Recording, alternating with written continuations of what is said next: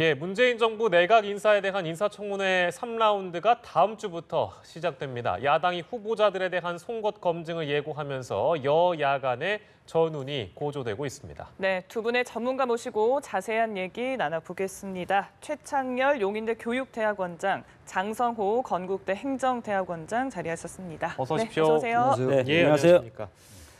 보통 슈퍼 수요일 이렇게 저희가 그 표현을 했었는데 다음 주는 이제 슈퍼 위크입니다. 굉장히 많은 후보자들이 이제 인사청문회를 앞두고 있어서 총론에 입각해서 봤을 때 분위기는 어떨 거라고 예상을 하세요?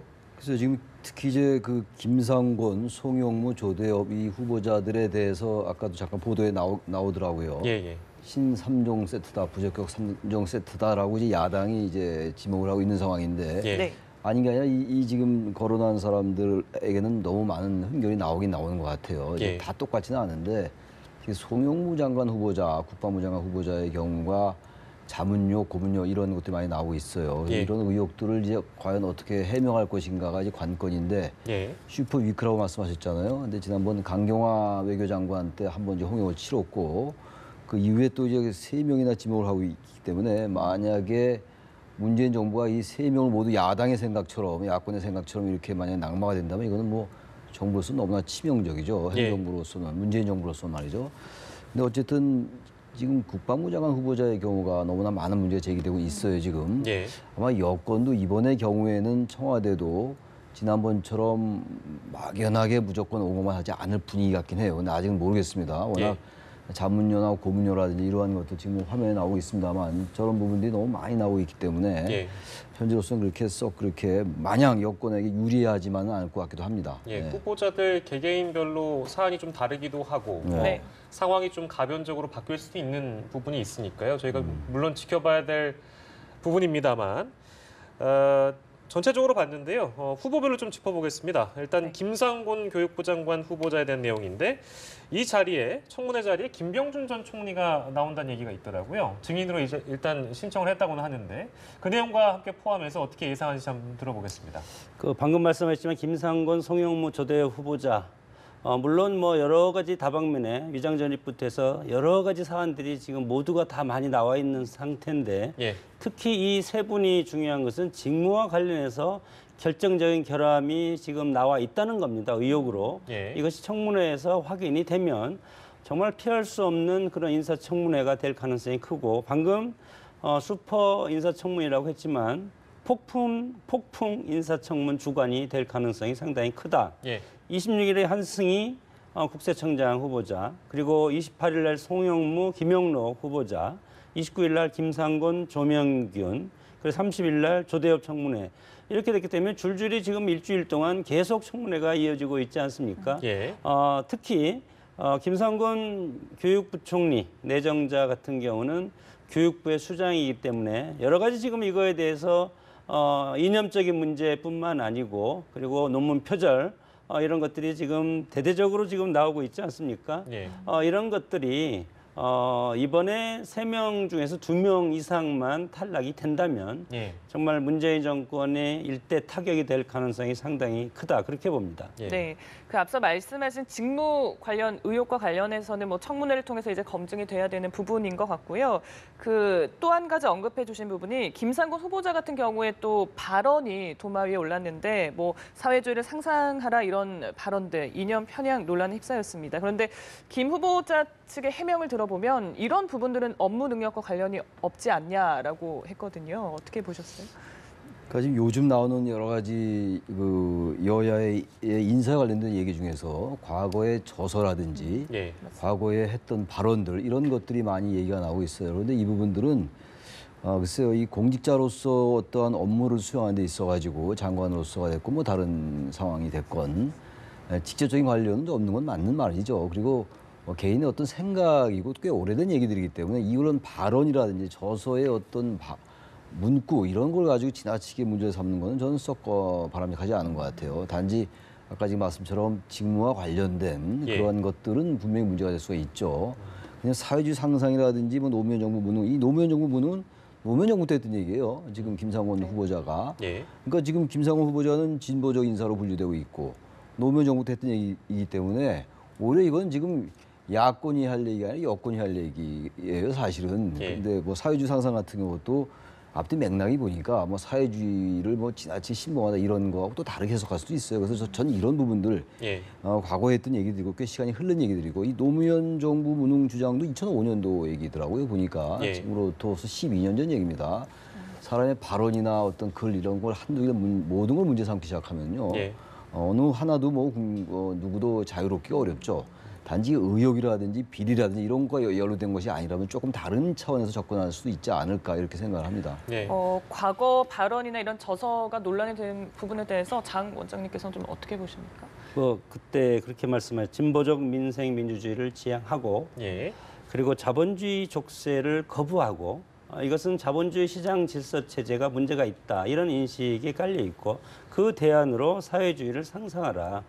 대체적인 정치, 시장, 사회주의 경제 체제 이것을 우리가 도입해야 된다는 그런 측면이 있기 때문에 예. 우리의 어떤 자유민주주의 시장 질서에는 상당히 위험스러운 그런 발상이었다고 봅니다. 그러나 세월이 흘러서 지금에는 그런 것이 완화됐을 수는 있지만 그러나 역사라는 것은 과거의 역사를 보면 오늘의 역사를 알 수 있고 오늘의 역사를 보면 미래의 역사를 예상할 수 있다는 것이 우리 역사학자들의 관점 아니겠습니까? 그런 의미에서 이런 과거의 이런 인식의 잣대가 예. 상당히 중요하고 이런 인식의 잣대를 우리는 미래를 보는 어떤 거울로서 볼 수밖에 없는 것이 예. 인사검증이고 청문회 아니겠습니까? 그런 차원에서 상당히 위험스러운 그런 문제라고 보고 예. 방금 전에 저한테 질문한 거 제가 답변을 못 드려서 추가적으로 답변을 드리면 네, 다시 해주셔도 됩니다. 네, 그 김상곤 교육부 장관 후보자가 과거에 11년 전에 교수노조위원장 시절 때 노무현 정권 시절에 김병준 교육부총 후보자에 대해서 사퇴를 촉구하는 예. 논문 표절 문제로 사퇴를 촉구하는 성명서를 강하게 해서 비판해서 그때 당시에 10며칠 만에 낙마하지 않았습니까? 예. 그래서 김병준 후보자가 과연 여기에 나올 것인가? 물론 여기에 참고인으로 지금 선정은 됐지만 예. 본인은 아마 나오지 않을 것입니다. 나오지 않더라도 이미 이것이 언론을 통해서 국민들이 다 알고 있고 예. 청문위원들이 이거에 대해서 충분히 질타를 하면 이거에 대해서 어떤 것이 정말 김병준 총리와 그리고 김상곤 교육부 장관 내정자의 어떤 경우에 있어서 예. 석사, 박사 논문 표절과 그리고 자기 표절 문제 이런 것도 있고 그리고 지금 논문이 한 서너 편밖에 없다는 것 아니겠습니까? 물론 교수가 승진하고 승급하고 이렇게 재임용을 하려면 현재 같으면 등재지라고 있습니다. 이 등재지에 1년에 1.5편, 2편 정도는 써야만이 정상적인 승진을 할 수가 있는 예. 그런 시스템인데 이때 당시에는 세월이 한참 전이기 때문에 그런 제도가 없을 수도 있다.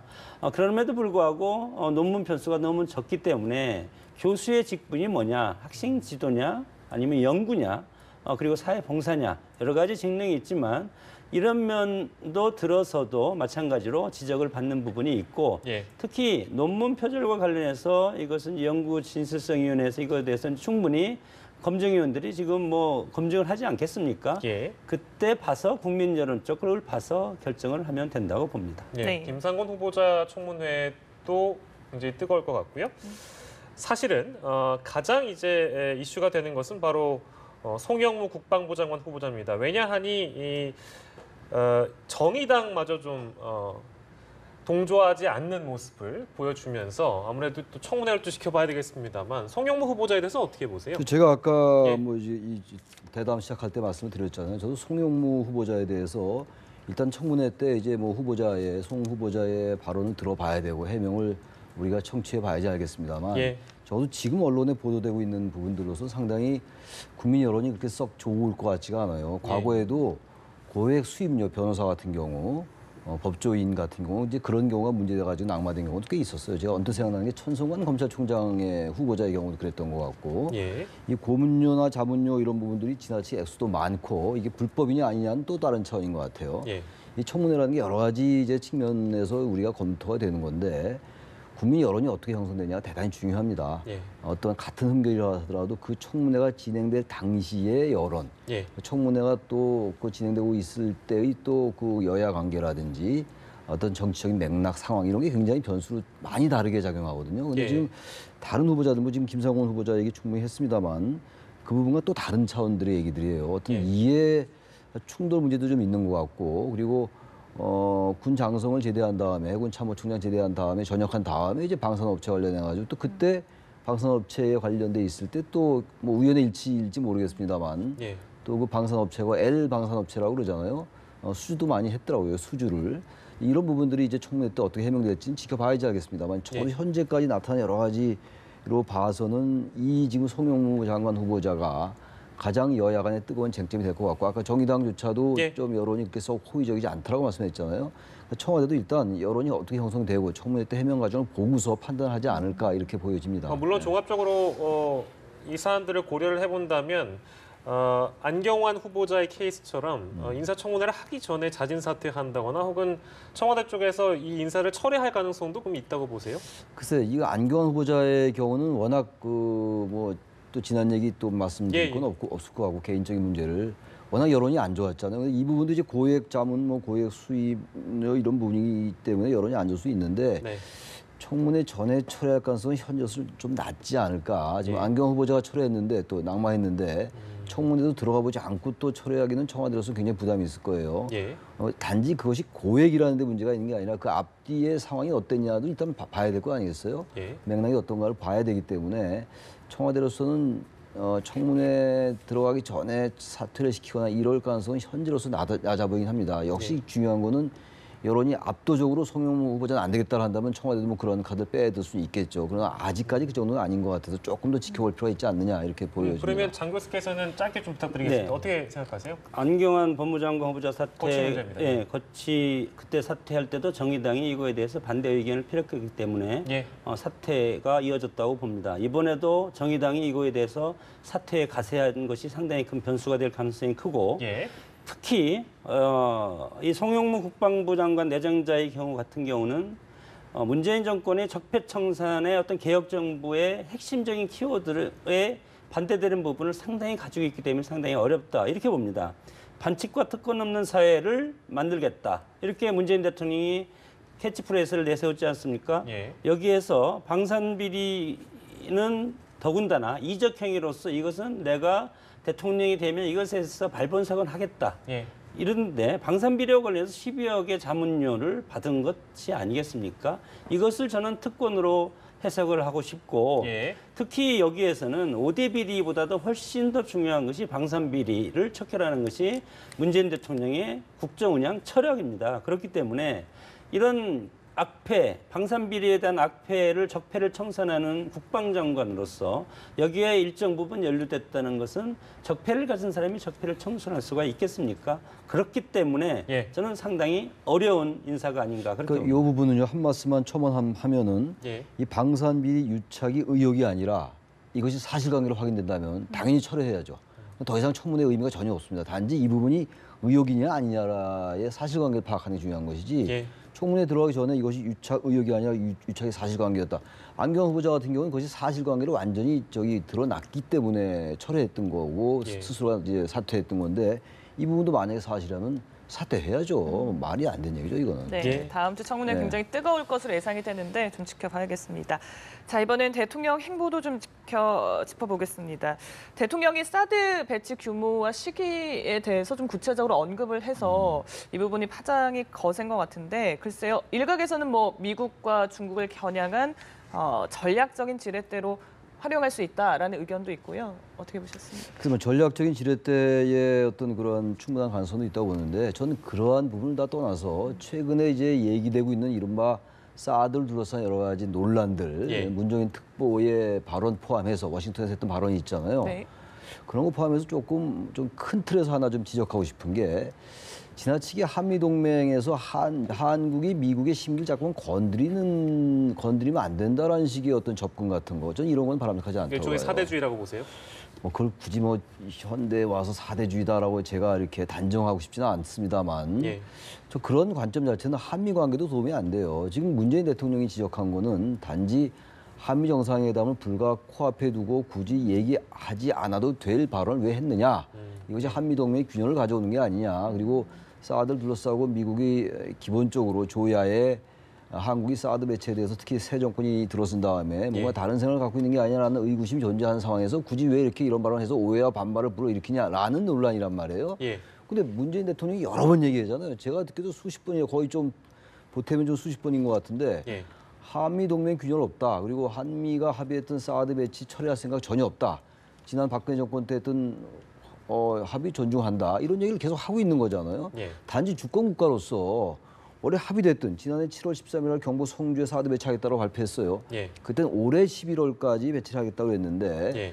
북한의 위협을 감안해서 올해 9월까지 하겠다고 좀 땡겨졌어요. 예. 그다음에 주한 미군 사령관이 작년 11월 달에 한 얘기가 있어요. 8 내지 10개월 후에 한국의 사드 배치를 완료하겠다. 그 8 내지 10개월 후라는 게 올해 7월 내지 9월이란 말이에요. 예. 근데 아시겠습니다만 올해 3월에 반입됐고 4월 달에 설치됐고 또 4개의 포대는 또 지금 들어와 있잖아요. 외관에 보관 중이잖아요. 예. 그렇다면 이런 것들 대통령이 지적하는 게 미국이 볼 때는 약간 불편할 수 있을지 모르지만 예. 기본적으로 왜 이러한 것들이 시기가 갑자기 당겨졌느냐라고 지적할 수 있는 거죠. 그래서 우리는 미국이 조금이라도 불편할까 봐 아무 얘기도 못 해야 됩니까?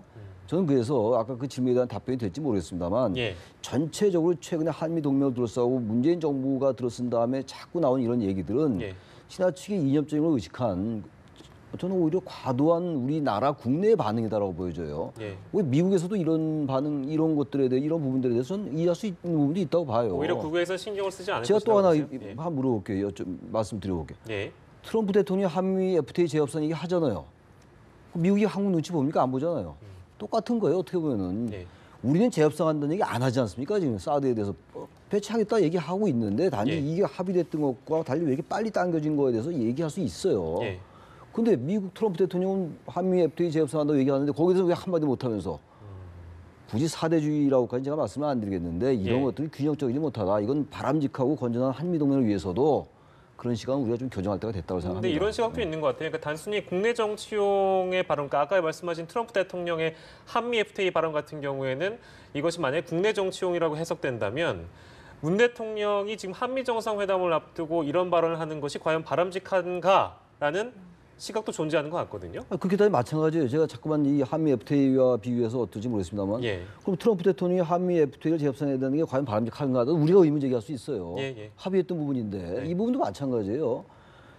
우리는 어쨌든 우리 대한민국의 국익의 관점에서 봐야 될 거 아닙니까? 근데 사드는 어쨌든 주한미군을 보호하는 것이기 때문에 우리가 예. 반대 명분이 대단히 약해요. 그러니까 사드 배치에서 딴 얘기 일체 안 하는 거 아닙니까? 예. 단지 국내에서 환경 영향 평가라든지 국내 법적 민주적 절차라는 게 분명히 있잖아요. 예.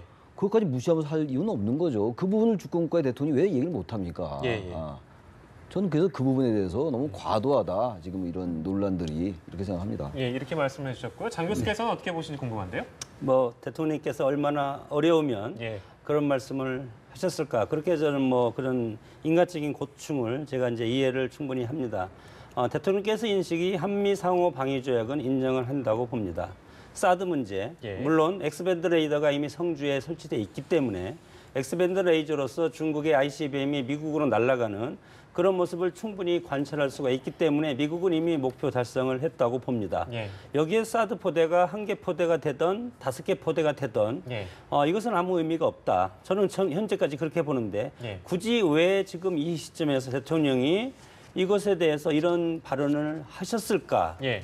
이것은 여러 가지 포석이 있고 피치 못할 이유가 있지 않겠습니까? 단적인 예로 오늘 지금 오후 지금 4시부터 8시 사이에 미 대사관을 둘러싸고 예. 참여연대하고 민주노총이 강강술래 반사드 인간 띄익기 미 대사관들에서 띄익기를 하고 있지 않습니까? 사드 반대. 예. 이것이 국내적인 상황입니다. 국내에서 주한미국의 사드 반대되는 세력이 상당히 많고 이 세력들이 지지해서 대통령이 하는데 일정 부분 기여를 한 세력들 아니겠습니까? 대통령이 이 세력들을 무시할 수 있겠습니까? 없고 미국 입장에서도 마찬가지로 미국의 입장은 엑스밴드 레이더를 설치해 놨기 때문에 예. 이미 미국이 중국의 ICBM 발사하는 각도는 충분히 여기서 관찰할 수 있는 그런 어떤 이득도 얻었다고 봅니다. 예. 다만 중국이 이 문제에 대해서 지금 상당히 반발을 하고 있기 때문에 대통령 입장에서는 미국만의 외교가 아니고 중국, 일본, 예. 그리고 내정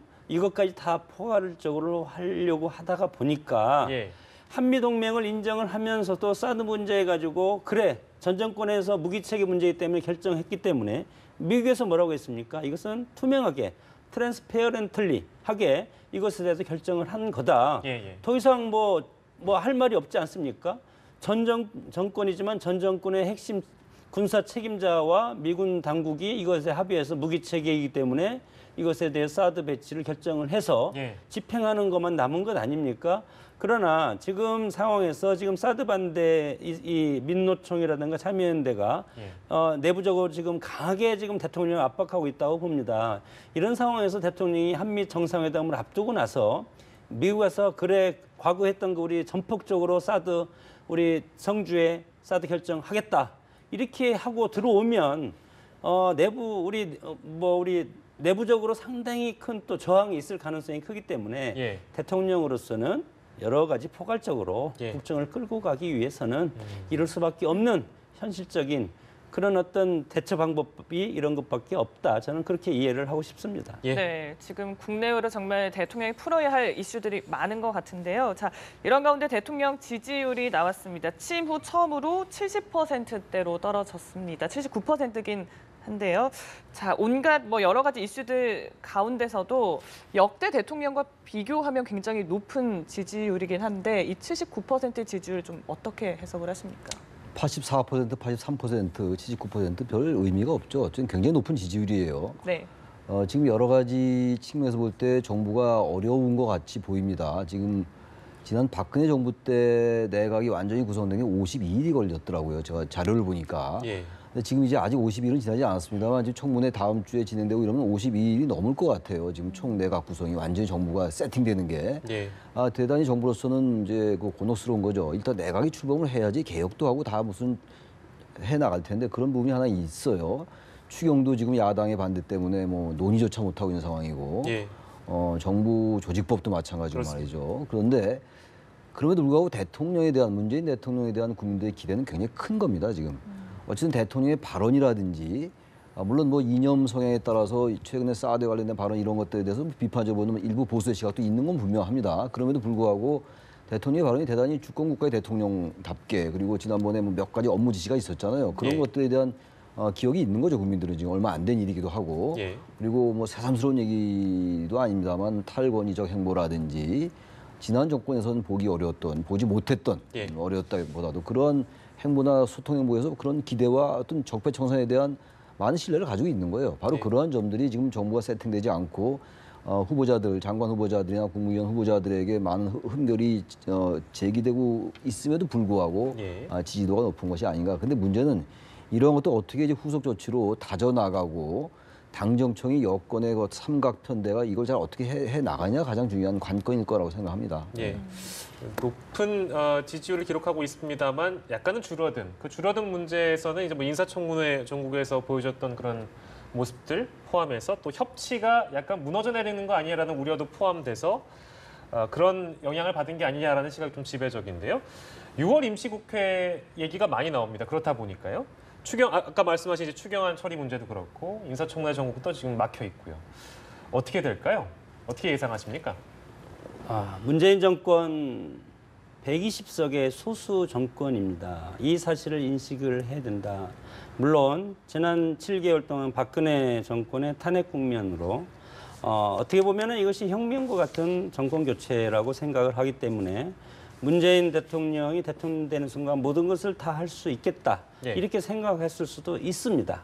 그러나 막상 정상적으로 정권이 출범해보니까 인사 문제부터 제1야당의 힘이 막강하다는 것을 느꼈고 예. 그리고 제1야당을 설득하지 않고는 국정이 앞으로 나갈 수가 없다는 것 이것이 느꼈기 때문에 인사 문제 가지고 지금 제대로 된 청문회를 하지 못하고 있고 제대로 된 인사를 내놓지 못하고 있기 때문에 국정이 앞으로 나갈 수가 없고 야당이 공격을 하는 것이 아니고 송구 검증을 하다 보니까 여당과 야당의 대화가 되지 않고 이것이 결국은 의회 정치로 가서 의회에서 개혁 입법이라든가 여야가 협치의 정신을 살릴 수 있는 그런 분위기가 완전히 사라진 것이 저는 가장 큰 위험스러운 모습이고 예. 어떻게 보면 지금의 지지율이 75% 앞으로 좀 더 떨어질 가능성이 상당히 크고 이렇게 된다면 문재인 대통령의 마음은 상당히 조급해질 가능성이 큽니다. 그렇게 되면 예. 과거와 같은 어떤 권위를 내려놓고 어떤 지금까지는 개인기에 의지해서 국민들한테 인기도 상당히 많이 얻었고 예. 이렇지만 성과를 낼 수 없는 이런 한계에 봉착하다 보니까 악수를 둘 가능성이 상당히 크다. 이것이 소위 말해서 오버페이스 아니겠습니까? 그렇기 때문에 예. 협치의 정신을 지금이라도 살리지 않으면 과거에 저는 그렇습니다. 열린우리당이 155석을 가지면서도 실패하지 않았습니까? 노무현 대통령이 마지막에는 그때 당시에 박근혜 한나라당 대표한테 연정을 제해서 야당이 총리 가져가라 이러면서 그런 마음까지 예. 저는 지금이 그런 마음을 가지고 정치를 해서 국민을 위해서 개혁적인 그런 정치를 이끌어낼 그런 정치의 어떤 지금 분위기라고 저는 생각을 하는데 반면에 제1야당인 한국당은 상당히 느긋하다. 왜 느긋하겠습니까? 앞으로 총선은 뭐 지방선거는 내년이지만 총선은 앞으로 2년 정도 더 남지 않았습니까? 예. 그렇기 때문에 개혁을 열망하고 개혁의 성과를 내고 싶어 하는 문재인 정권은 훨씬 더 마음이 조급할 그런 염려가 있기 때문에 저는 이런 것들이 상당히 걱정스러운 부분이라고 봅니다. 지금 이제 한국당 얘기를 좀 해보면 예. 사실 지금 여러 가지 측면에서 뭐 야당이 이제 그런 문제 제기하는 건 뭐 이해가 가지만 국정 공백의 책임이 자유한국당한테 있어요. 거기에 대해서 책임지는 모습도 없이 무조건 반대만 반대한 그런 측면이 굉장히 강하다. 이 말씀은 시간이 별로 없는 것 같아서 한 말씀만 드리고 싶습니다. 시간 있습니까? 알겠습니다. 제가 사실은 좀 정리를 하려고 했는데 그래서 예, 제가 최 교수께서 정리해 주셔서 저희가 인사를 좀 드려야 될 것 같습니다. 네. 두 분 모시고 함께했습니다. 최창렬 용인대 교육대학원장, 장성호 건국대 행정대학원장 함께했습니다. 두 분 네. 감사합니다. 고맙습니다.